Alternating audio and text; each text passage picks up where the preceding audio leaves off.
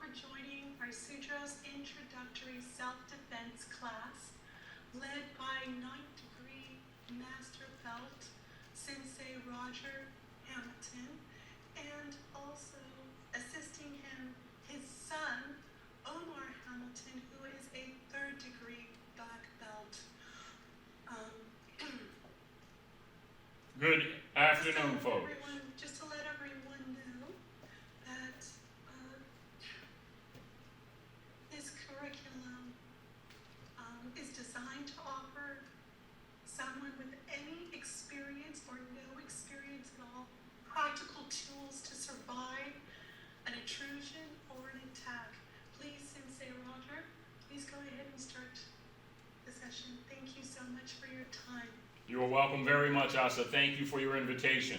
And good afternoon, folks. Thank you for taking time from your day and evening to check in with us. I wanted to make this a class that could benefit you for your own safety and sense of security in the world today. But let's first start off with a brief safety moment. If you're driving and you're in a car, please, we ask you, in the interest of your own ultimate safety, to please pull over and attend this call while sitting still. Also, if you're at home alone and you run into any medical issue whatsoever, please do not hesitate to unmute, come onto the line, let us know, and we can arrange to try and get you help. The next is no need for me necessarily to reintroduce myself. Asa and the team and the emails has done that pretty brilliantly. You know about my background. This is really not so much about me as it is about you. And I want to offer my first apology that you cannot see my face just yet, as technology sometimes gives us challenges. It's allowing us to see the PowerPoint screen here at first, and then before the class is over, you will see me and or my son for the physical demonstrations going forward. We're going to ask that this become a presentation meeting and not so much a participation meeting as many are, simply because we're limited on time and we'd like to get through as much as we possibly can. So without further ado, let's go get it. HMA Self-Defense Seminar. This is a practical self-defense training lesson. This is effectively lesson 1 for any level of skill. The introduction, misconceptions, exaggerations, and urban legends about self-defense. It's designed to increase your awareness and go home safely. There are no instant ninjas, so we're not going to expect that when this class is over, you'll be prepared to take on multiple people and become a ninja. That's not what it is. These skills are perishable also and need to be practiced on a regular basis. So some skills and tips I'm going to give you, I'm going to ask that you review them from time to time. The techniques that you'll learn, they come from military combatives training. What you'll learn today: what a reactionary gap is. This is key, and how to keep your distance from the threat. How to identify potential threats. That's going to be really important. How to create an opening for escape. How to use non-lethal technology and some simple empty hand techniques to escape. How to develop a plan for your survival that starts right now. Distance measurement and the reactionary gap. Sounds like a fancy word, but all the reactionary gap is simply personal space. We've all heard about personal space since probably kindergarten or somewhere thereabouts, but it's really important when it comes to defending yourself. Personal space or reactionary gap is the distance you must keep between you and the suspect in order for you to respond to any sudden threat. That distance tends to be 6 to 9 feet if you can see the suspect's hands, and 25 feet if you can't. The danger zone is anywhere inside the reactionary gap. What you need to know about your attacker: he is armed. He has intent. He can't be trusted. He has friends. He doesn't want to be identified. He doesn't want to be arrested. He doesn't want to be injured. More you need to know: he is likely a street soldier, to use a phrase, who has done this before, or he is alcohol or drug impaired. So psychologically, he has a frame of reference you probably don't. He sees you as an object, a means to an end. He has been thinking and preparing himself for this much longer than you have. your edge. He has to subdue or incapacitate you. You just have to escape. It is infinitely easier to escape and survive than it is to subdue or capture. If you're familiar with the rabbit and the fox principle, the fox is running after his dinner, and the rabbit is running for his life. And the longer you prolong the incident, the longer you increase his exposure, the greater the chance he has in being identified, caught, or captured. Your best bet, run away. I'll say this again, run away. If he can't get close to you, he can't impose his will on you. But if you can't run away, you need to do everything in your power to help him experience pain, identification, arrest. Your built-in security system. Always, always, always trust your intuition. Call it women's intuition, sixth sense, gut instinct, a feeling, whatever. The bottom line is trust it. That feeling is a psychological and physiological response to your environment that has been hardwired into your being over the evolution of our species. Instinct or intuition is an exceptionally sophisticated defense system that picks up on things you are not attuning to on a conscious level. It is below your everyday awareness. Eye contact with the threat also is very important. See him or her clearly. Also note, for identification later, tattoos, body marking, clothing. These things are all important in the final analysis. Be a sheepdog, not a sheep. Sounds cliche. It's not intended to create a tough guy or girl persona. It is a design that says to you, do whatever you need to do when you are hit with a situation to survive. This is very important to have the mindset. When a wolf bites a sheep, it just lies there and dies. When a wolf bites a sheepdog, it bites back. The stay alive mindset. It's not the size of the dog in the fight that makes the difference, but the size of the fight in the dog. Now you say, there's another cliche, but in effect it's simply saying, please do not allow yourself to convince yourself that the size of your body is going to make the difference here. What we want to leave you with today is an idea that there's more to it than just the size of your body. It is your intention, it is your mindset, and it is your skill. Right now, take a couple of minutes to think about how your death would affect those of you who love you and depend on you. Your attacker is not just trying to hurt you, he's trying to hurt everyone in your life. Will you let him do that? Commit yourself to doing whatever is in your power at the time to always win. The physiology of stress. The first moments of an attack, you'll get an automatic flinch in your eyes, hands, or shoulders. You get an increase in heart rate and blood pressure. Your hormones and steroids are dumped into your system. It's difficult to talk. Your breath goes away. Your muscles tighten, and your hands may ball into a fist. Your mind will be reaching for context. I can't believe this is happening. As the attack continues, as your heart rate increases, your body will divert energy resources to only vital organs, and you will experience the following: possible emptying of all waste. Blood vessels will dilate, bringing blood away from your extremities to internal organs. This limits bleeding, but also limits fine motor skills. So the ability to pick up a coin from the ground would be impossible. And the attack physiology continued. Deterioration of complex motor skills, tunnel vision, loss of near vision, muted hearing, slow motion viewing, cognitive processing deteriorates. and only gross motor movements work. Big movements will work for you in those events, but tiny ones won't. Your Superman or Superwoman window, with the dumping of hormones and steroids into your system, you have a finite window of opportunity to use your extended strength and performance abilities. In the first moments, you have 100% potential max within 10 seconds of dump. And that drops to 55% after 30 seconds. It drops to 35% after 60 seconds. It drops to 31% after 90 seconds. It will take a minimum of 3 seconds to recharge.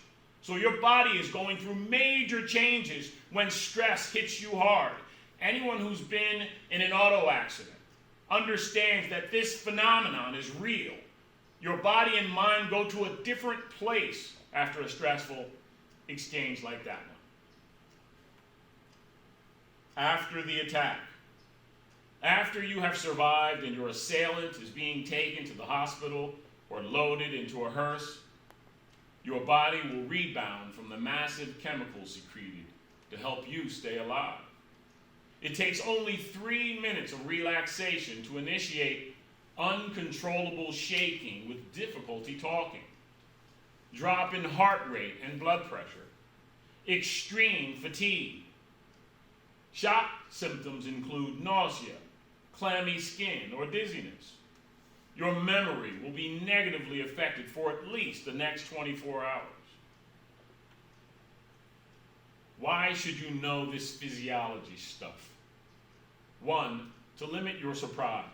And frankly, that's the whole idea of this meeting today, is to start to take you down a road where you visited this topic before, where you understand the complexity of it, and you've asked yourself some hard questions and come up with some appropriate answers.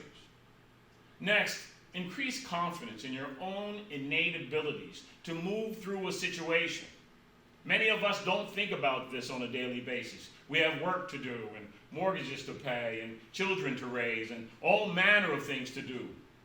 Not any of us really want to sit around and imagine some kind of difficult situation like this happening. And that's why this is an important meeting.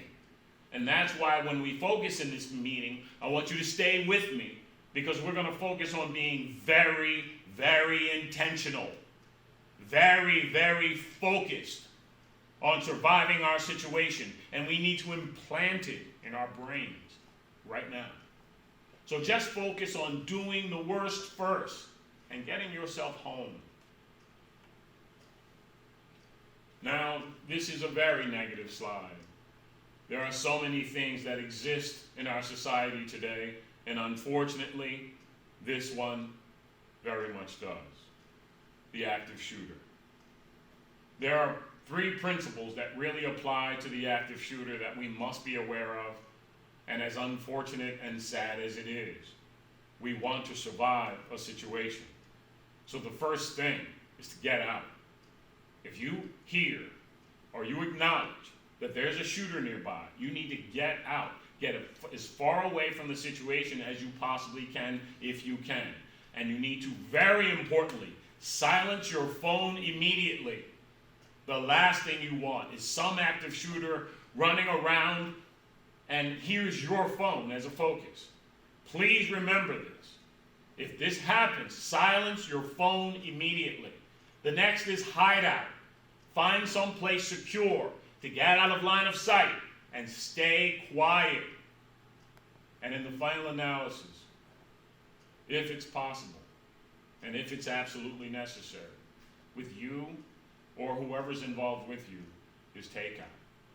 In the most extreme circumstances, and when and if that's all that there is left, your goal is to do all you can to disarm and take out the shooter. And then finally, when it's all said and done, call out. And that means contact authorities as soon as possible and get them on the scene. It's unfortunate for this situation, but unfortunately it's the world we live in. Awareness question number 1. Do you know where you are? If in fact from the last slide we talked about call out, you have to know where you are to do that. If you're out in public I need you to stay conscious. My son, who's on the line here right now, who has trained with me for a very long time, knows when he was a teenager and started entering into the world, there's one thing I used to say to him before he walked out the door, and that was, keep your eyes on. And he said, always.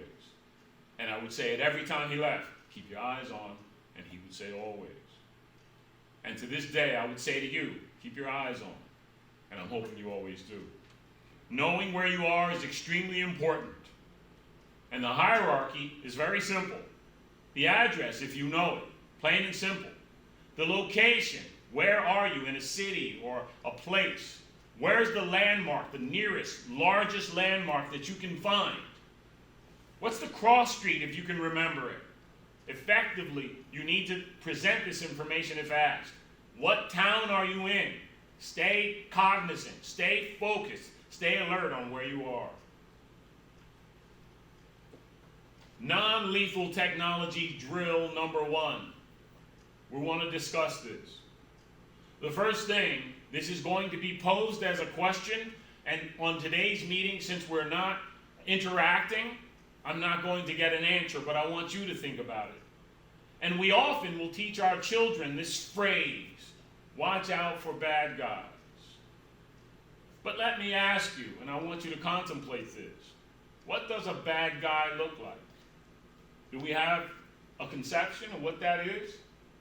Some would say, well, maybe his pants are sagging, and he's got a kerchief, and maybe he's on a skateboard with a bunch of other guys, or whatever. Well, let us make it really clear here right now. There are folks who are riding in a Range Rover who have bad intentions, the same as they're riding on a skateboard, the same as they're intoxicated and walking on the street, the same as if you're at a shopping plaza and they're an unassuming person. There is no description of the bad guy or gal. The fact is, the world is filled with all kinds of changes. I need you to keep your sense of flexibility, your sense of openness alive, so that you can be aware more than anything. The very best weapon you're going to have for the rest of your days as it relates to this topic is awareness. If you remain aware, what the bad guy looks like won't matter as much as the situation you're in. And now here's the thing. Since we are not in a room together, I'm going to ask that you do this on your own. If you're with someone, I'm going to ask that you participate with each other. But if not, we're going to do this, and we're going to be creative. What I want you to do is think in terms of within 4 seconds. I want you to please turn your phones off for this, though. And I want you to not make the mistake. But I want you to be able to have your phone in your hand and dial 911 quickly and yell, fire, fire, and call out the address. And I'm going to call out 1, 2, 3, 4 to see if you can do it. And I want you to experiment with this. Again, if you're with someone, I'd like for that person to take steps towards you. And in the 4 seconds, I need you to dial and speak as quickly as you possibly can before they get to you. So let's try it. And after several tries, I'm going to move on. So we'll try it now. Ready?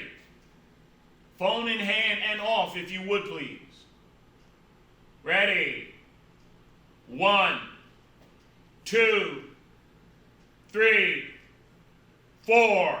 Stop. How far did you get? That's the key. That's how fast it goes. Before you know it, it's happening.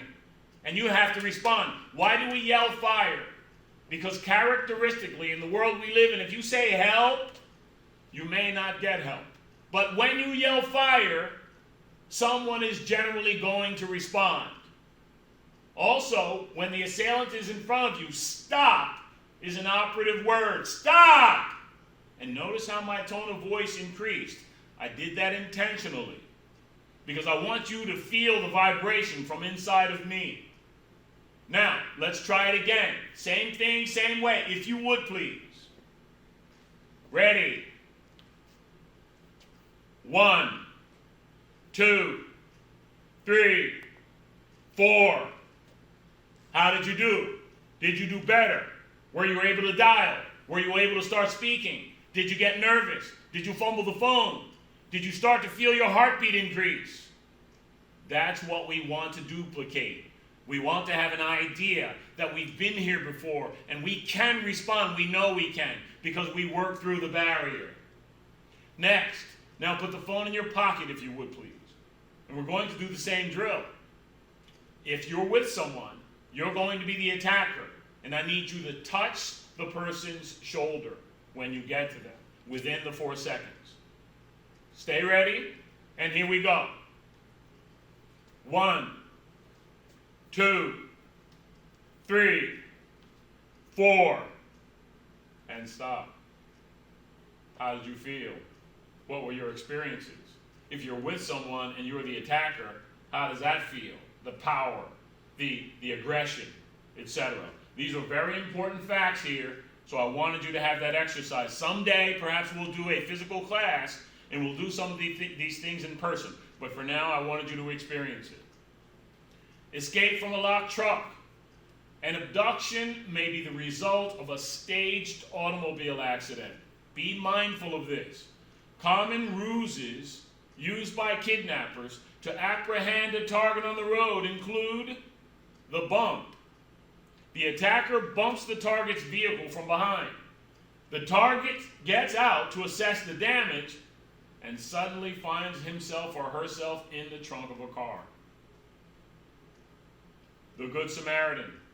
The attackers stage what appears to be an accident or feign a car problem. The target stops to assist and suddenly finds himself or herself in the trunk of a car. The trap. Kidnappers use surveillance to follow the target home. When he or she pulls into their driveway and waits for the door to open, the attacker pulls up from behind and blocks their car. Listen, I do not want us to leave this meeting filled with a sense of, in a word, paranoia. That's not what this is about. Please don't trouble yourself to go absolutely crazy over, oh my God, how do I stop the world from coming? You can't. We have to exist in the world. But it's very good to know these things.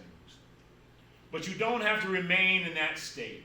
Take the time to understand how a vehicle's trunk operates, learning its vulnerabilities and how to defeat them. If locked in a trunk, always try to be positioned in a way that allows access to escape. Look at the image on the screen. I'll take a few minutes to leave it on. In some trunk mechanisms, there is an emergency release lever. Now you know it exists in many trunks. If this, God forbid, was to ever happen, you could start looking for it right away and feeling around for it. There's also a trunk release cable as well. Look at the images. Get a little familiar with them. Maybe take a look at your own trunk. You can also escape through the back seat. In most cars or vehicles, it will allow you access through the back. You may have to reconfigure the seat. You may have to push it hard, but this is important. Next, in many and most cars, there is a jack. And that jack, if you can find it and detach it, can be used to crank and open up the trunk to be released.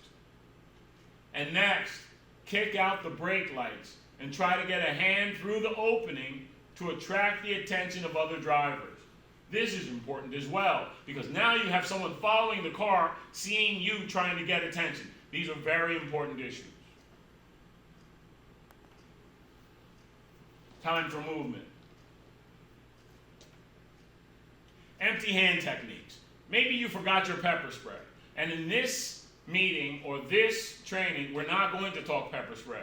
But I have access to a supplier that can get the best in the business for you if that's what you needed. But today, we're going to avoid pepper spray and those kinds of things. We're going to talk about our own skills. You didn't have time to get a call out on your cell phone. You need to use empty hand techniques. These techniques should include, they should allow maximum opportunity for escape, you require a minimum amount of training, and you deliver the maximum amount of effect. First reaction is always a strong posture, your feet under you. Your hands held high, and we'll examine this as we go forward. Maintaining a sense of balance. Yell stop or fire. Once again, stop, fire. Usually, that will get the attention of others. Increase your reactionary gap. That involves moving your feet. We have to grow accustomed to not standing with our feet straight together or in a way that's not balanced. Actually, I get comments all the time about, why do you stand like that? For years and years, people stop me and say, why do you stand like that? It's become a habit. I'm always in a stance that allows me to move in any direction at any time. Move away from the attacker. That's very important, not to be nearby where they are. And if you can find a barrier to separate you two, find the barrier and use it. But the most important thing on this page and in this teaching is run. Get away from the situation as fast as you possibly can. The fight or the interaction like this that you win is the one you don't have to have. If you can get away, you can save yourself a great deal of trouble. Primary targets to concern yourself with: eyes, nose, ears, neck, groin, knee, shin, foot. These techniques that you're going to learn today, I want you to try and remember them from time to time and drill a little bit. If you have a pillow nearby in your environment where you are now, you may want to even grab it so we can touch it a little bit. And in fact, again, if we ever have the opportunity to be in person, I can show you many of these things. Strike hard, strike fast, create pain. Exhale when you strike. When you strike them, pull, hear it, pull. You can make a noise or you can not make a noise, but you need your breath to come forward. Technique number 1 is where we're going to stop this now, and we're going to move to a physical presentation. First thing that I would ask you folks to do is think in terms of reaching up to the highest cabinet in your kitchen for something. And I want you to try it with me. We're going to buzz through this. We have 25 minutes left in the class. We're going to optimize. I want you to reach up to the highest cabinet in your environment, right? And then when you're finished, I want you to just simply drop your hands back down and put them at your sides. That's it. Once again, I want you to reach up to the highest cabinet, tiptoe, rear tiptoe if you have to, and then just let your hands come back down. This is the beginning of your fighting stance, as it were. Now watch my feet back here. We want balance. We're reaching. We want shoulder width, and our hands come here. That's where we're going to start. That is in a self-protection place. The next one, I need something, a realization from you of maybe something you didn't do, but something I need you to understand. If anybody has ever been a car nut like me and had the car stall and was able to put it in neutral and push the car out of the street or out of the way, they realize that it will roll, but it requires that you put force into it. So that means that you bend your knees a little and you pop your hands up and you push forward. That's the first thing you want when the threat comes.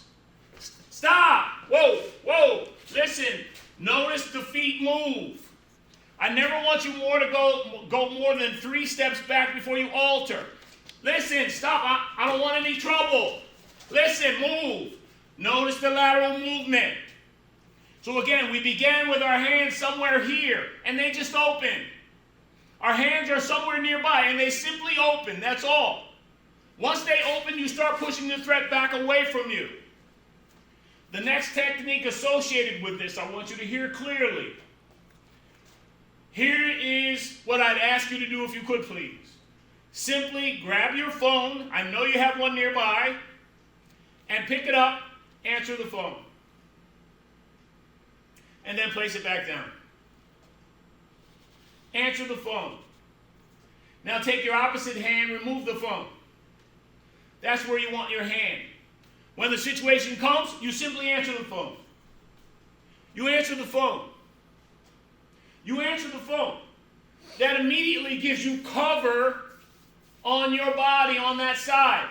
Now here's the beauty of answering the phone, and it covers this side. If you tilt inward, Now you cover the center as well. Simply answer the phone. Stop, leave me alone. Answer the phone. Omar, are they still with us? Yes. Okay, good. All right, so we answer the phone. When some... Say again? Yeah, just cutting out a little bit, just a heads up. Sorry about that, you guys. I owe you all one. So if in fact it gets extreme, Omar, interrupt me. All right, the next one. The next one. Some of you have seen Marvel movies. And you've seen X-Men. Or you've seen Wakanda. Wakanda forever. Well, you say, well, what does that mean? Simply covering Wakanda. Now look, this is covering the front of your body, but watch me here. I'm hoping you can see me. Look, Wakanda, elbows come up, and we follow with strike. We turn our hip and body into it. It's not just arms. Once again, did we see that up? You're on mute. It's cutting out. All right, so you didn't see the strike? No. All right, then I'm sorry for the Ethernet connection, folks. Omar, it sounds like yours is very clear. All right, so we're going to go back fist, ridge hand. Back or hammer fist, ridge hand in the air. From the X position. X in front of your body, left hand on top. Yeah, then back into stance. Right leg back into stance. Left hammer fist, right ridge hand. Boom, boom. Left hammer fist, right ridge hand. Boom, boom. Turn it over. Once again, that's the strike. Boom, boom. Strike. It's here, it's natural. Boom, boom. Strike and cover again. Check your hands. I call it check your hands. Once again, Wakanda forever. Raise. Strike, strike, and return. Right? Your same thing, no matter where your hands are. Here. Raise. Strike, strike, and reset. Check your hands. I call it checking your hands. Once you do the strike, you check again. You answer your phone again just to be sure and try to move out. I'm hoping you can see. I'm going to try it again. Here we go. Cover. And drop the science. Here we go. Cover. And drop it in. And notice with tremendous force. Tremendous force. All right, here we go. We're going to keep moving because of time. I love that you're practicing, Asa. Very, very good. Asa, if you would, answer the phone. Yes, I'm here. No, not that phone. Answer the phone. Now, technique on answer the phone. Once we answer, don't let our arm go out like this. I call that the chicken wing. Keep your elbow close. Your elbow close. Your elbow close. Then you can answer both phones. Boom. And peek through.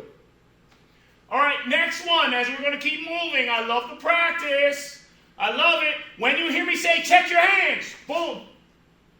I'm always wanting you to be aware of check your hands and look. Next one, when the sun is high, heading down in the west, and you're outside having a good afternoon and your friend is across the grassway, and you're saying, hey, is that him? And you turn your hand to block the sun a little, and you peek through. That's the stance we want for an overhead block. Even if you're sitting down, and you think, and they're thinking, the threat is thinking of you as a victim, you can still do it, only we're going to make a fist this time. So instead of blocking out the sun, like, where is it? We just make a fist and turn our inside out. We turn our forearm inside out. Inside out. And switch to the other side. Inside out. They call that a rising block. Inside out. And never let it go much higher than your hairline. That covers anything coming down. Check your hands. Good. Block the sun. Check your hands. Back up. Slide out. Back in. Check your hands. Beautiful. So let me ask you something. What's your why? Why are we here today? What's your why? I like to think of it this way. The threat is in front of you. You're not sure what's happening, but they're now approaching and they've rushed you. You checked your phone, you answered it, and now I call this the Y of the hand. It looks a little bit like a Y. What I'm going to ask you to do to test is to just tap yourself on the chest.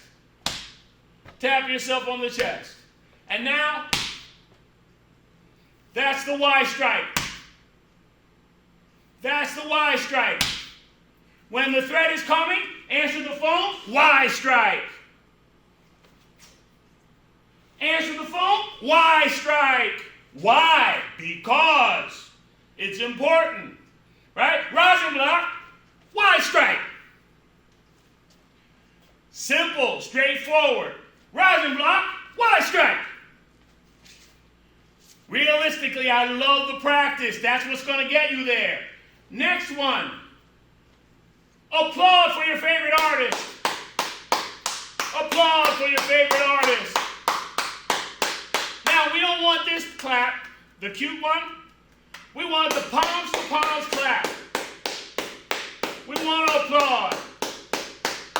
Now, that feeling you felt in the palm of your hand, that's what I want you to remember. That strong part of your hand that is making all that noise. Now, we want to apply that. Answer the phone, palm heel. Now let me make it very clear. I already said earlier, I want you to create pain. I want this to come from deep inside your body. I want you to make this threat sorry they chose you. So this is what we call palm heel. Palm heel, it strikes this way. Palm heel, palm heel, palm heel. So not just one, but we're going to rise and block the sun. You strike them over and over. Notice we're not using fists yet. We don't need them yet. Watch again. Answer the phone. Answer the phone. Now, that palm heel is very effective. But along with it goes the tiger claw. And it goes strike, claw. Almost the same movement. Strike, claw. Same movement.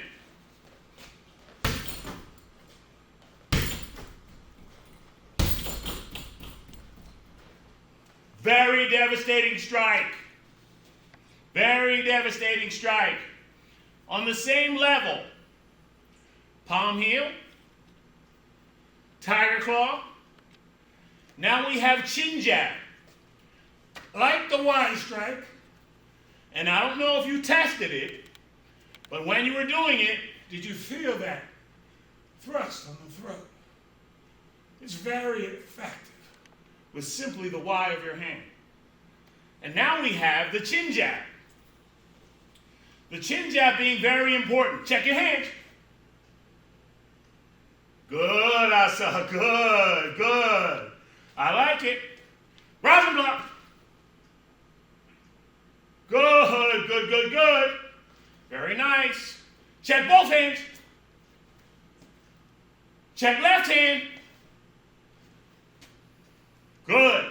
Now I'm going to add a trick to the answer your phone. Answer your phone, what we call block and pop. Bang. Same hand. Watch. Answer your phone and then finish. You answer your phone and strike same hand. And we're doing it on this part of our hand. We call that a hammer fist. Again, notice we haven't thrown any punches yet. We are dealing with hammer fist. We're dealing with palm heel. We're dealing with tiger claw. And we're moving forward. All right, so effectively, now we take that same principle of palm heel. And we go to chin jab, which is simply this. And once the threat comes, answer the phone, chin jab. You're pushing it upward. Your whole hip is turning into it, and you're finding force from the movement. Force from the movement. And you're staying ready for the next set of moves. Once you do the chin jab, though, if you can get them discombobulated, run.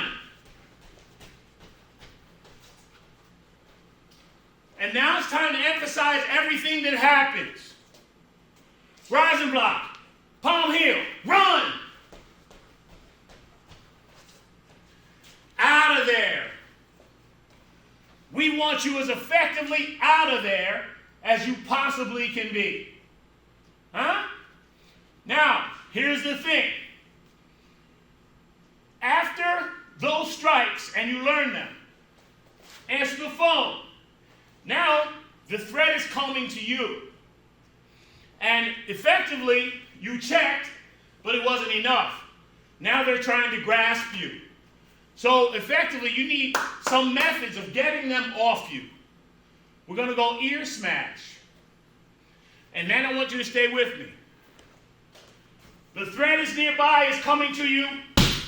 Both ears. That's all I need. Right here, both ears.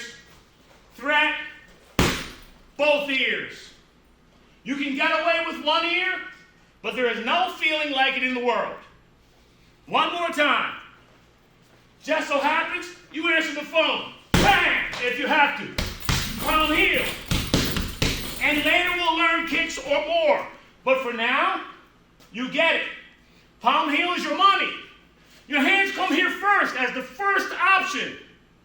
Always hands here. Always away from the threat. But that ear smash is devastating. Now stay with me.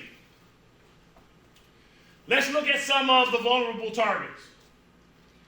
Eyes. We talked about it. If you make a fist, you take your middle finger and put it up through the center. Strike eye. It works as a perfect tool for eye. Eye. Remember, it's not you who's attacking anyone. They're attacking you, so you have to stay ultimately motivated. Your middle finger pushed up this way. And strike. Nose. Palm heel works brilliantly. Exhale when you strike.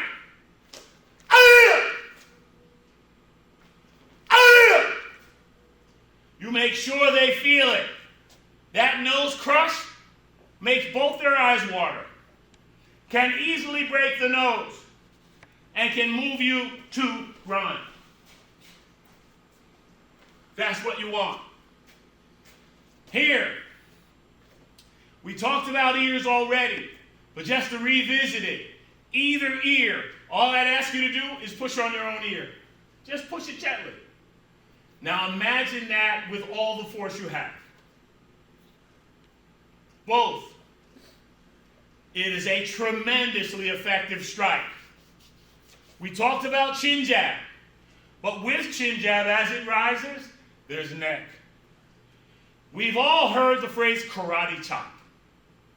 Effectively, the reason that it's in martial folklore is because it's very effective to strike the neck, especially in the rear near the base of the skull.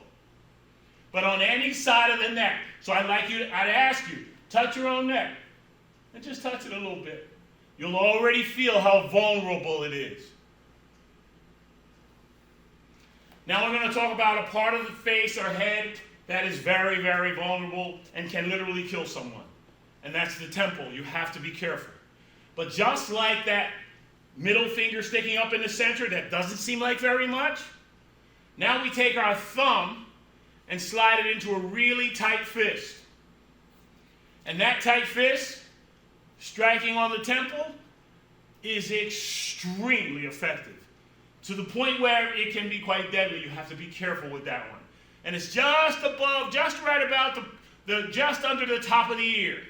That little crease in the skull. Trust me, they will stop. They absolutely will stop. The chin. When you watch boxing, if you're of that kind of sports enthusiast, you'll see something called the knockout. The knockout is based on the nerves that run through the base of your chin. When hit properly, anybody, no matter what size, will go out. And now's the time for a very important statement. Remember, you're not fighting the man or the woman. You're fighting the openings they give you. Do not get into this philosophy of, oh, they were so big, so I didn't know what I could do. The same vulnerability exists for any human being on those parts of the body. Now I'm going to get right down to the meat and bones of it all, meat and potatoes of it all. You hear this whole one that goes back in folklore, hit them in the privates. Well, if you're going to strike the privates, check your hands. There we go. I like it. I like it. It's starting to happen on its own. Now, check your hands. Slide inward.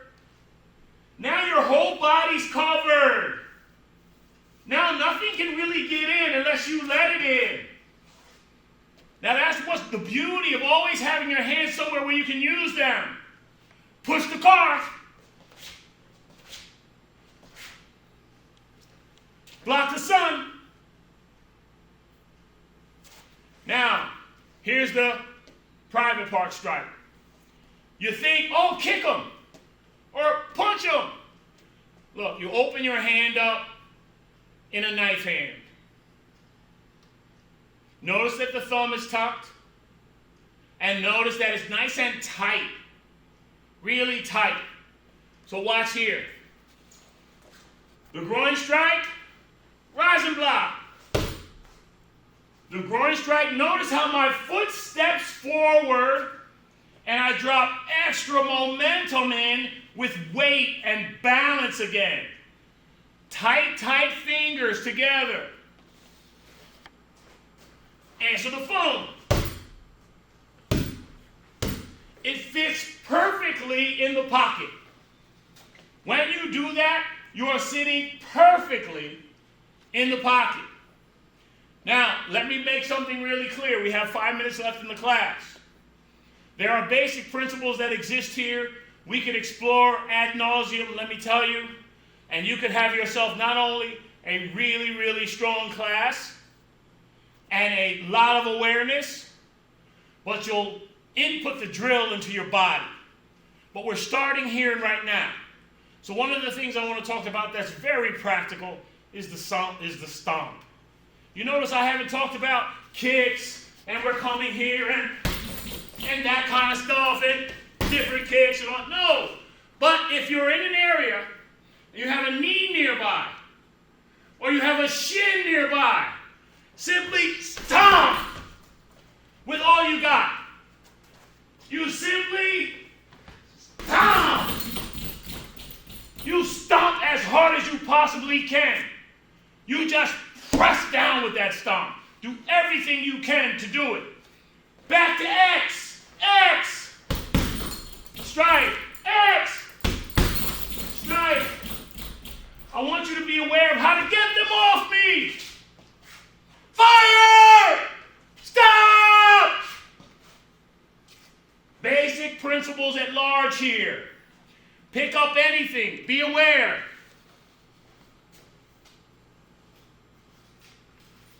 Magazines are not as popular as they once were. This one happens to be Black Belt with Bruce Lee. But as they are rolled into a weapon, and you strike downward, upward, horizontal, horizontal, downward, upward, horizontal, horizontal, with a magazine. Magazine.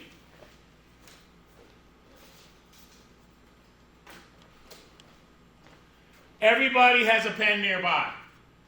It suddenly becomes a very effective weapon. Thumb pushed on it, same thing. Strike down, strike up, strike horizontal, pierce. People think of poking. Not going to do it. I need full body weight behind it.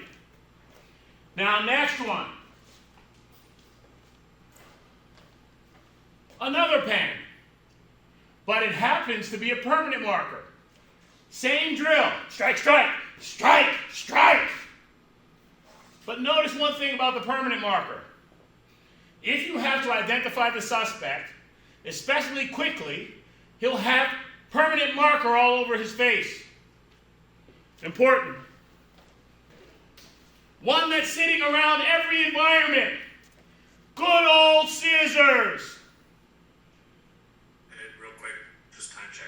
We got about a minute. Good old scissors. Same stripe, same stripe.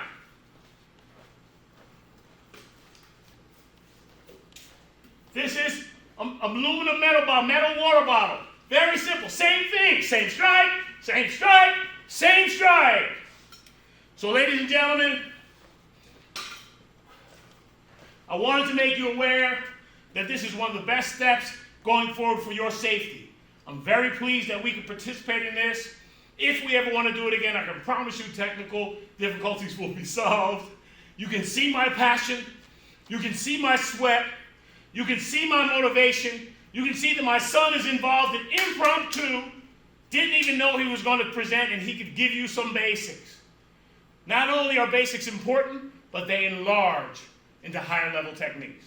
I want to thank you very, very much. I'm pleased to be here. With unrelenting crescendo, the symphony of a life replete with its melodic progressions hastens to its finale, and a friendship which is ours to share with its largos and allegros moves everlasting onward in sweet memories. Thank you. Thank you, Roger Sensei. I just want to give a moment before we close out. If anyone has any questions, Perfect. Please feel free to unmute yourself and go ahead and speak up. Thank you so much. That was incredible. Thank you, sir. I don't know who that is, but thank you. That was Glenn, yes. What's up, Glenn? Mhm. How are you? All right, any other questions while we have it? And if you have any questions you'd like to provide to Asa later, I can answer you technically, I'll do that. Or electronically. Yep, you can also send me your questions. and There I'll you go. forward them There you go. over to- But again, I want you folks to bear with me. You see that passion that rises? It's purposeful. Because you grow accustomed that this is your life you're talking about. And it's not for anybody to toy with. Don't ever forget that. Play with these techniques a little bit. Great. Is there a link to your videos? I have many different links, and I'm just redoing my website right now. Right now, you can go to Hamilton Martial Arts Academy on Facebook. You can go to neverquitbrand.com for some videos and some background. Also, there's some garments we have there, and you can take a look. And stand by for my newly revised website that's just coming to pass. As a follow-up, we'll share our Zoom recorded link. And Oh, quick question. And in 2 weeks, Sensei Roger will provide a personal video of all of the actions that he's performed today. And goal is 2 days. You'll have it sooner. So, since Roger, how do we get the shirt you're wearing? Oh, just go to neverquitbrand.com. Neverquitbrand.com. You'll find this shirt and many more. Thank you. My pleasure indeed. Omar, you have yours on, don't you? Oh, Omar's got one on too. His is the other variation. This is our concept that we've operated from for what? Nearly 20 years. And it's not meant to be tough and strong and that. It's really meant to be resilience oriented. Listen, in our lives we have so many challenges. Just keep going. If you're in a dark tunnel, I'd say keep going if you want to get to the other side. Thank you so much for your time, Sensei Roger, and also thank you, Omar, as well, for filling in and assisting your father. And from our Suturites in our chat room, they've all said thank you so much, and you've empowered them. Thank you. My pleasure indeed. And we'll speak again soon, I'm sure, Asa. And thank you for inviting me very, very much. You've been very, very courteous as a host. No worries, and have a wonderful holiday weekend. Indeed, you too. Thank you all very much. Thank you. Merry weekend, Okay. everybody. Happy Thanksgiving to you and your family. Thank you so much. Happy Okay. Thanksgiving, everyone. Good evening.